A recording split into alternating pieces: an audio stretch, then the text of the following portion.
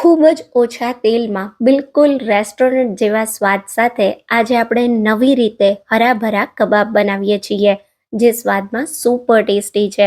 ઠંડીની શરૂઆત થાય એટલે રેસ્ટોરન્ટમાં સૌથી વધુ ઓર્ડર થતું આ સ્ટાર્ટર તો આપણને બધાને યાદ આવે. આજે આપણે એકદમ સહેલી રીતે કોઈ વધારે માથાકૂટ વગર હરાભરા કબાબ બનાવીએ છીએ, જેને બનાવવા જેટલા સહેલા છે ને સ્વાદમાં એના કરતાં પણ સ્વાદિષ્ટ છે. તો hello friends, welcome back to foods of fitness.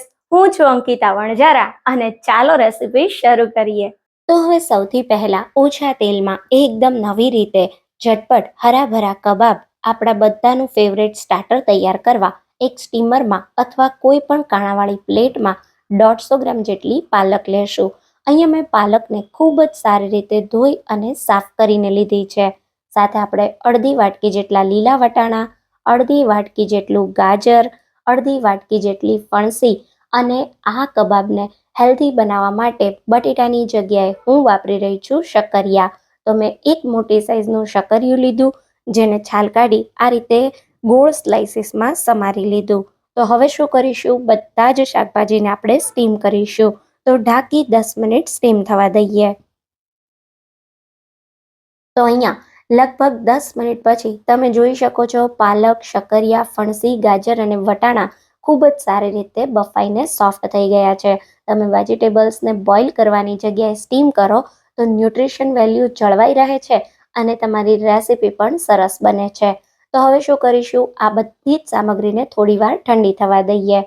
તો અહીંયા બફાયેલા શાકભાજી થોડા ઠંડા થાય ત્યાં સુધીમાં નાસ્તાને એકદમ હેલ્ધી તૈયાર કરવા મેં અડધી વાટકી જેટલા દાળિયા લીધા છે. એનો મિક્સર જારમાં પાવડર કરી લેશું. આ દાળિયાનો પાવડર બાઇન્ડિંગ માટે વાપરીશું. આની જગ્યાએ તમે શેકેલો ચણાનો લોટ પણ વાપરી શકો છો. હવે અહીંયા આ જ મિક્સર જારમાં આપણે 2 આદુના ટુકડા, 3 થી 4 તીખા લીલા મરચાં અને 5 કળી જેટલા લસણને ગ્રાઇન્ડ કરી લેશું.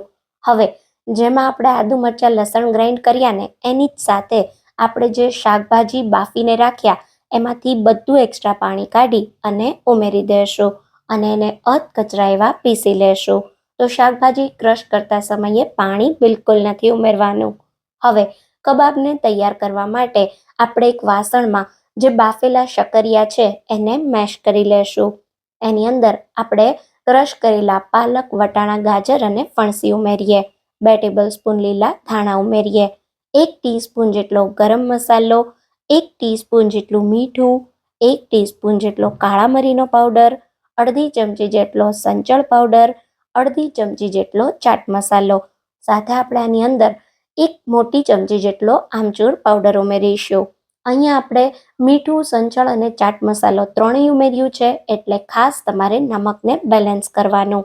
હવે કબાબને થોડું બાઇન્ડિંગ આપવા માટે અને પ્રોટીન માટે હું 50 ગ્રામ જેટલું પનીર ઉમેરી દઉં છું. તો આ રીતે સરસ ચીઝ ખમણવાની ખમણીથી ઝીણું પનીરને ખમણીને ઉમેરીશું. હવે પહેલાં હળવા હાથે બધી વસ્તુને મિક્સ કરીએ. પછી કબાબને એકદમ ક્રિસ્પી તૈયાર કરવા 2 ટેબલસ્પૂન જેટલો કોર્નફ્લોર અને 3 થી 4 ચમચી જેટલો દાળિયાનો પાવડર ઉમેરી દેશું અને એકદમ સારી રીતે બધી જ વસ્તુને મિક્સ કરી લેશું.